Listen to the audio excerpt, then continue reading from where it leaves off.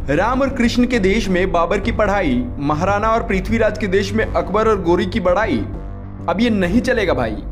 जी हाँ, बीजेपी की केंद्र और राज्य सरकार दोनों ही इकाइयों ने इस प्रथा को हमेशा के लिए खत्म करने का ठान लिया है। योगी सरकार ने मुगलिया इतिहास को हटाने का फैसला किया है। अब यूपी के स्कूलों में बाबरनामा और अकबरनामा जैसे पाठ नहीं पढ़ाए जाएंगे। 60 सालों तक देश की आने वाली पीढ़ियों को मुगलिया झूठ पढ़ाया गया, जबकि हमारे देश के वीरों को हारा हुआ दिखाया गया।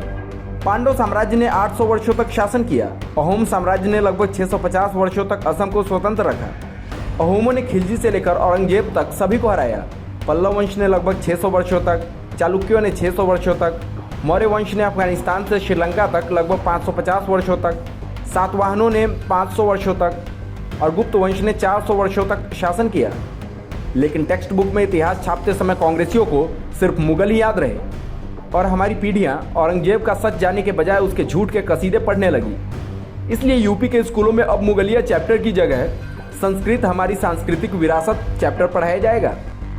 सिर्फ योगी सरकार ही नहीं, इससे पहले साल 2022 में केंद्र सरकार ने भी एनसीईआरटी की किताबों में भागवत गीता को पाठ्यक्रम में जोड़कर पिछली वामपंथी सरकारों द्वारा की गई गलतियों को सुधारने का क्रम शुरू कर दिया था। सोचने वाली बात है कि आखिर क्या वजह रही होगी कि जिस भागवत गीता पर अमेरिका जैसे देश के विश्वविद्यालयों में रिसर्च किया जा रहा हो, उस गीता को हमारे ही देश के पाठ्यक्रमों में जगह नहीं दी गई, जबकि हमारे इतिहास की किताबों को मुगलिया कहानियों से भर दिया गया। इस बदलाव की शुरुआत 2017 में ही महाराष्ट्र की फडणवीस सरकार ने कर दिया था। फडणवीस सरकार ने हिस्ट्री की टेक्स्ट बुक से मुगलों को गायब करना शुरू कर दिया था।